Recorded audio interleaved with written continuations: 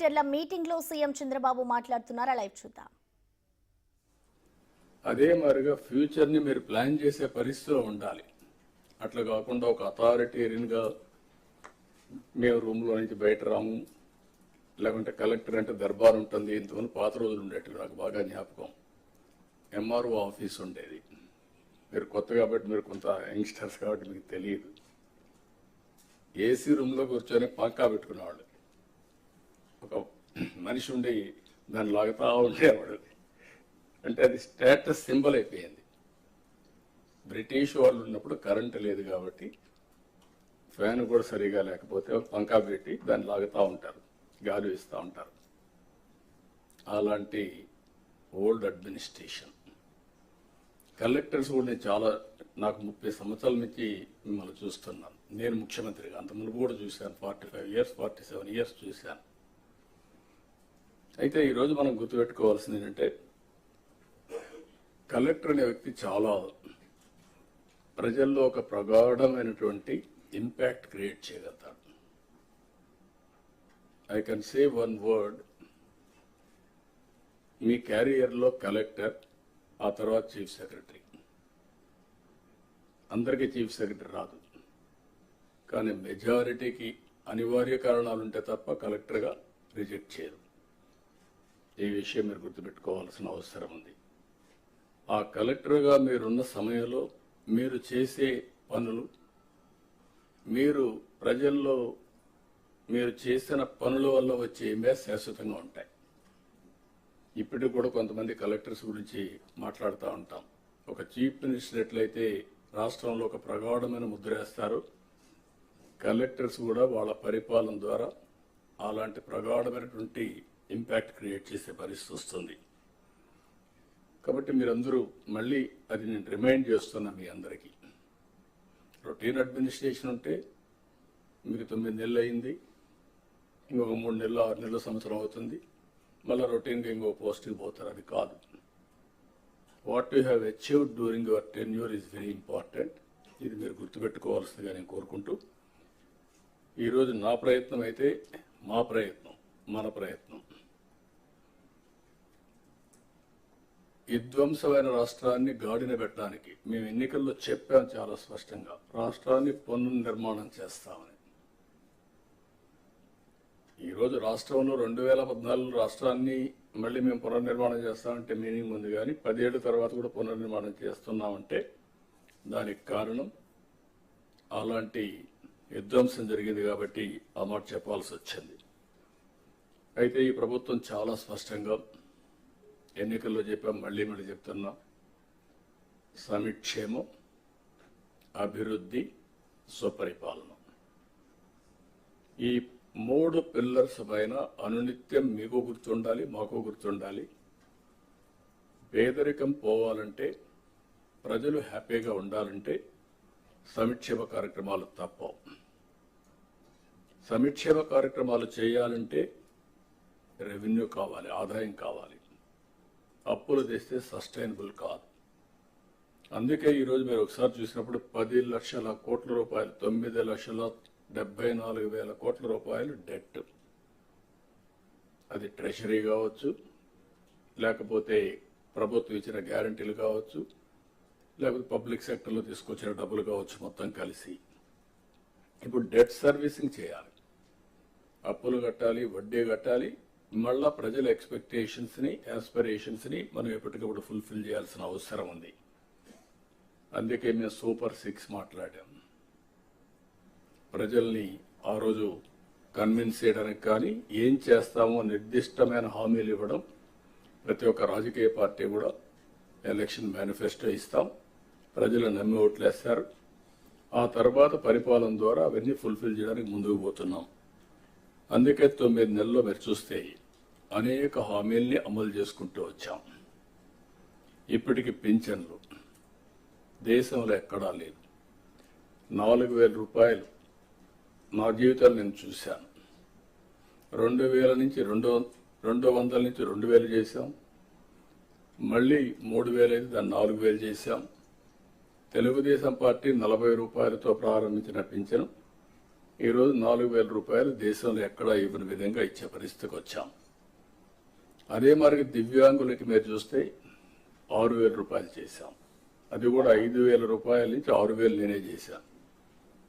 2014లో 500 ఉంటే దాన్ని 3,000 చేసి మళ్ళీ ఇప్పుడు 6,000 చేశాం. ఇది కాకుండా మీరు చూస్తే కిడ్నీ పేషెంట్స్ కానీ, డయాలసిస్ చేసుకునే వాళ్ళు కానీ, ఇలాంటి వాళ్ళు చాలా మంది ఉన్నారు. లెప్రసీ పేషెంట్స్ కానీ ఇలాంటి వాళ్ళందరికీ 10,000 రూపాయలు ఇస్తున్నాం. కొంతమంది బెడ్ రిడన్ అయిపోయారు, వాళ్ళకు ఒక మనిషి కావాలి అసిస్టెంట్. దానికి మానవతా దృక్పథంతో 14-15,000 రూపాయలు ఇస్తున్నాం. ఈ దేశంలో నాకు తెలిసి ఎక్కడ ఇవ్వడం లేదు. ఈ ఒక్క కార్యక్రమంకే 33,000 కోట్ల రూపాయలు సంవత్సరానికి ఖర్చు పెడుతున్నాం. This is the biggest DBT welfare programme. మీరు గుర్తుపెట్టుకోవాల్సిన అవసరం ఉంది. ఇంత చేసినప్పుడు ప్రజల్లో ఎప్పటికప్పుడు రిమైండ్ చేయడం కోసం 1 తారీఖు ఇస్తున్నాం. పేరు కూడా పేదల సేవలను పెట్టుకొని మనం ముందు తీసే పరిస్థితికి వచ్చాం.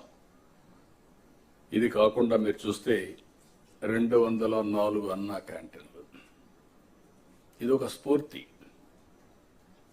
ఎన్టీ రామారావు గారు ముఖ్యమంత్రిగా ఉన్నప్పుడు అన్నదానం టీటీడీలో ప్రారంభించారు. ఇప్పుడు అది 2,200 కోట్ల రూపాయలు కార్పస్ అయ్యి సర్ప్లస్ మనీ వచ్చింది. ప్రతిరోజు 1,00,000 మంది కంటే ఒక రోజుకి 2 లక్షల మందికి భోజనం పెడుతూ అది సర్ప్లస్ వచ్చే పరిస్థితి వచ్చింది. ఒక ఐడియా ఏ విధంగా ముందుకు పోయిందో, దానివల్ల చాలా మందికి అన్నదానం చేయాలి అనుకున్న వాళ్ళకి ఒక వేదిక కింద ఒక సాటిస్ఫాక్షన్, దాతలకు ఒక వేదికగా తయారయ్యే పరిస్థితి వచ్చింది. ఇంకొక పక్కన చూసి దీన్నే అన్నా క్యాంటీన్ని మీరందరూ కూడా శ్రద్ధ పెట్టి ఎప్పటికప్పుడు ఇన్స్పెక్ట్ చేయగలిగితే ఒక మోటివేషన్ వస్తుంది, ప్రజల్లో కూడా ఒక చైతన్యం వస్తుంది.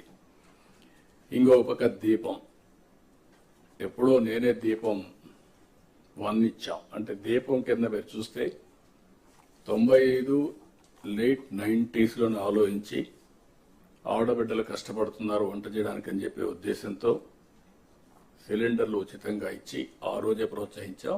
ఇప్పుడు 3 సిలిండర్లు ఉచితంగా ఇవ్వడానికి దోహదం చేసి ఒకటి ఇచ్చాం. ఇక్కడ మిగిలినటి కూడా తొందరలో ఇవ్వడానికి ఇయర్లీ 3 సిలిండర్లు ఎవ్రీ 4 months ఒకటి రిలీజ్ చేస్తాం. ఇంకో పక్క చెత్త పన్ను తీసేసాం.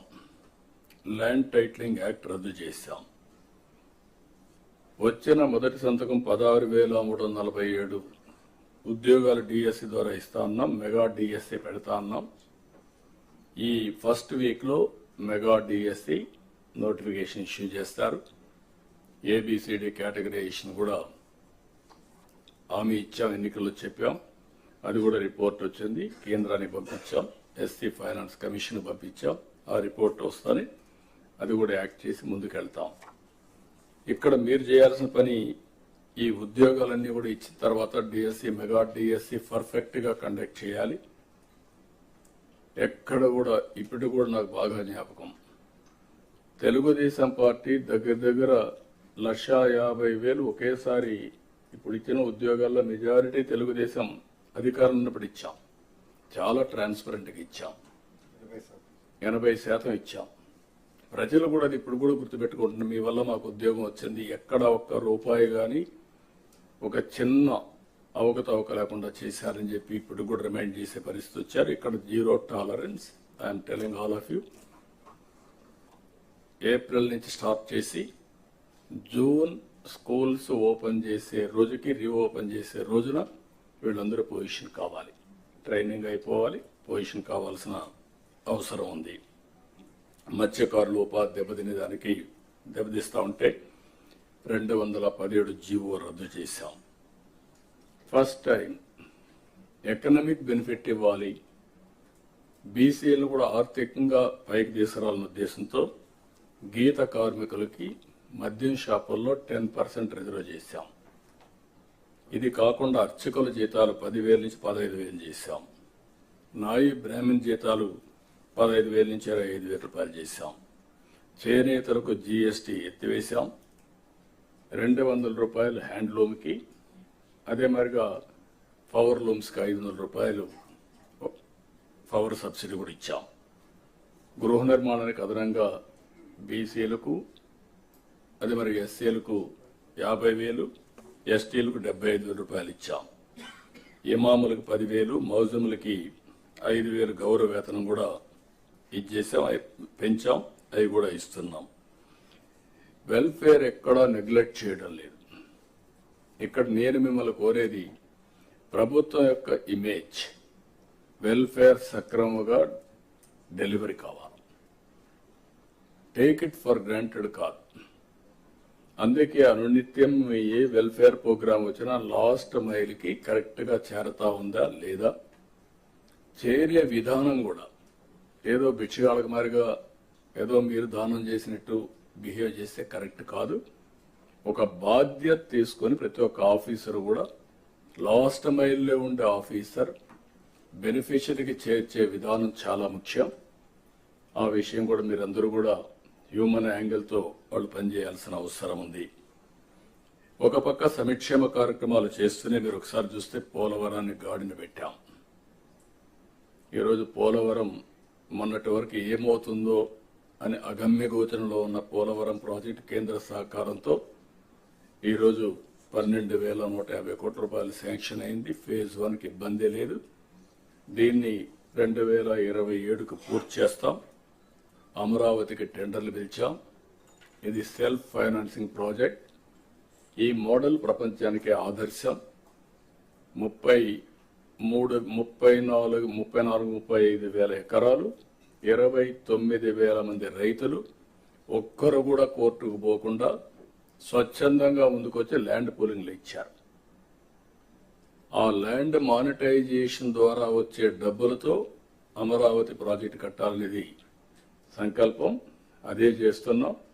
ఇప్పుడు దానికి మీరు చూసినప్పుడు ఆ ల్యాండ్ మనం ల్యాండ్ అక్విజిషన్ చేసేవాళ్ళం. ఈరోజు వాళ్ళు ఇచ్చిన ల్యాండ్ వల్ల ఇన్ఫ్రాస్ట్రక్చర్కి, కొన్ని కంపెనీస్కి ఇచ్చి, అదే మరి గవర్నమెంట్ బిల్డింగ్స్ కట్టి వాళ్ళకి తిరిగి ల్యాండ్ ఇచ్చిన తర్వాత కూడా మనకు కొంత డబ్బులతో ఈ రోడ్లు ఇవన్నీ చేసే పరిస్థితి వచ్చింది. కాబట్టి this is the best model. అందుకే ప్రజల్ని ప్రోగ్రెస్లో భాగస్వాములు చేయాలి. మీరు కూడా ఎక్కడికక్కడ ఇలాంటి ప్రాజెక్ట్స్ వచ్చినప్పుడు, ఇప్పుడు ఉదాహరణకు ఒక స్టీల్ ప్లాంట్ వస్తుంది. Can we go steel plant విశాఖపట్నంలో, అనకాపల్లి వస్తే అక్కడ ఇలాంటి model people should become partners in progress. వాళ్ళని భాగస్వాములు చేస్తే విన్ విన్ సిచ్యువేషన్, వీళ్ళ ఆదాయం పెరుగుతుంది. అక్కడే ల్యాండ్ పోలింగ్ చేస్తాం, కొంత ల్యాండ్ ఇస్తాం, టౌన్షిప్ కడతాం, కమర్షియల్ అవుతుంది. అదే మరి రామాయంపట్నం ఉంది, కొత్త సిటీ వస్తుంది. అనకాపల్లి దగ్గర, నక్కపల్లి దగ్గర ఏదైతే రేపు రాబోయే ఈ ప్రాజెక్టు వల్ల, స్టీల్ ప్లాంట్ వల్ల అక్కడ కూడా ఒక టౌన్షిప్ వస్తుంది, ఇక్కడ ఒక టౌన్షిప్ వస్తుంది. అలాంటి న్యూ ఏరియాస్ అంతా కూడా ఒక న్యూ మోడల్స్లో మీరు కూడా ఆలోచించాల్సిన అవసరం ఉంది. అదే సమయంలో ఇంకొక పక్కన మీరు చూస్తే అమరావతి రైల్వే లైన్ వచ్చింది, విశాఖపట్నం రైల్వే జోన్ వచ్చింది. విశాఖపట్నం స్టీల్ ప్లాంట్కి 11,440 కోట్ల రూపాయలు రెవెన్యూ ప్యాకేజ్ ఇచ్చి దీన్ని కూడా సెట్ చేసే పరిస్థితికి వచ్చాం. ఆంధ్రుల సెంటిమెంట్ ఇది. అలాంటి దాన్ని కూడా క్లియర్ చేశాం. నేషనల్ హైవేస్కి 55,000 కోట్ల రూపాయల పనులు జరుగుతున్నాయి.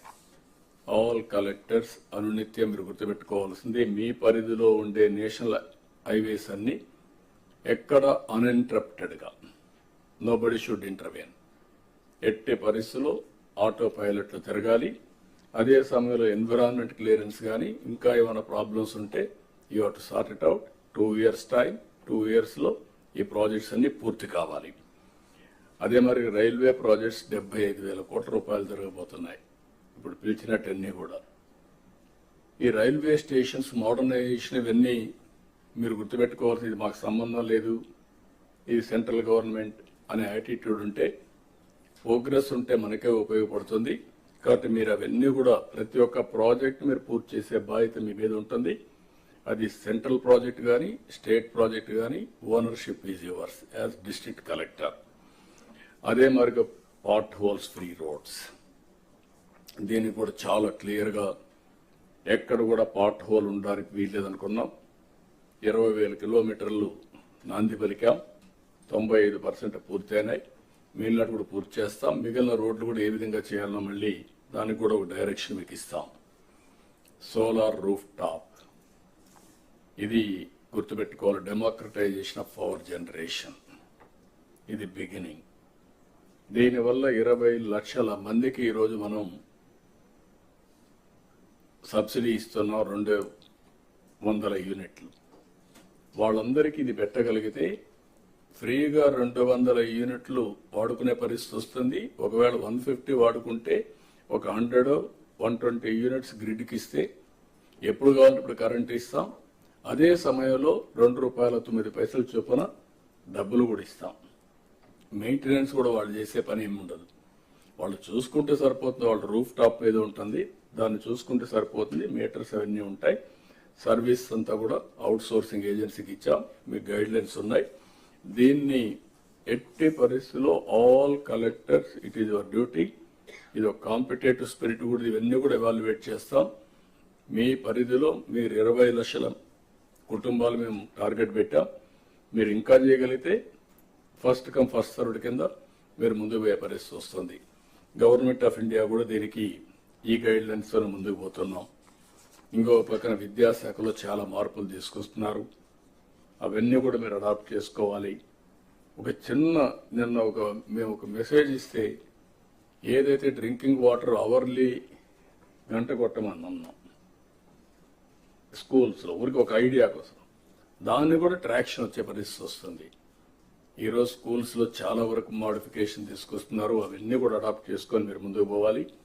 రెండోది, డిప్యూటీ సీఎం గారు ఆధ్వర్యంలో ఉండే ఈ నరేగా, దాని మీద కూడా మీరు శ్రద్ధ పెట్టాలి. మొన్నే మనం చూసాం 4,000 కోట్లు 40,000 వర్క్లు స్టార్ట్ చేశాం పల్లె పండుగ కింద. అవి చాలా వరకు పూర్తయిన, అవన్నీ కంప్లీట్ చేసి మళ్ళా మనం ముందుకు పోవాల్సిన అవసరం ఉంది. అదే మరికి ఇప్పుడు నేను మీ అందరికీ ఒకటే చెప్తున్నా, ఆల్ కలెక్టర్స్ మీ పరిధిలో pre monsoon, post monsoon. Pre మాన్సూన్కి -8 మీటర్స్లో వాటర్ ఉండాలి. పోస్ట్ మాన్సూన్ +3 మీటర్స్ వాటర్ ఉండాలి. 5 మీటర్లే డ్యూరింగ్ ది సీజన్ మనం వాడుకునే పరిస్థితి ఉండాలి. This is the principle. దీనిపైన నాలా యాక్ట్ తీసుకొచ్చాం. నాలా కాకుండా ఒకప్పుడు ప్రోబేటరీ యాక్ట్ ఒకటి తీసుకొచ్చి ఏ ప్రాంతంలో కూడా దీనికంటే వాటర్ వాడకూడదు, బోర్లు ఇచ్చేదాన్ని కూడా రిస్ట్రిక్ట్ చేసాం, ఇవన్నీ పెట్టాం. కాబట్టి ఇది అక్కడ ఉండే ఫారెస్ట్ ఏరియా కానీ అన్ని కూడా మీరు చేసుకొని ఇది కూడా మీరు చేయాల్సిన అవసరం ఉంది.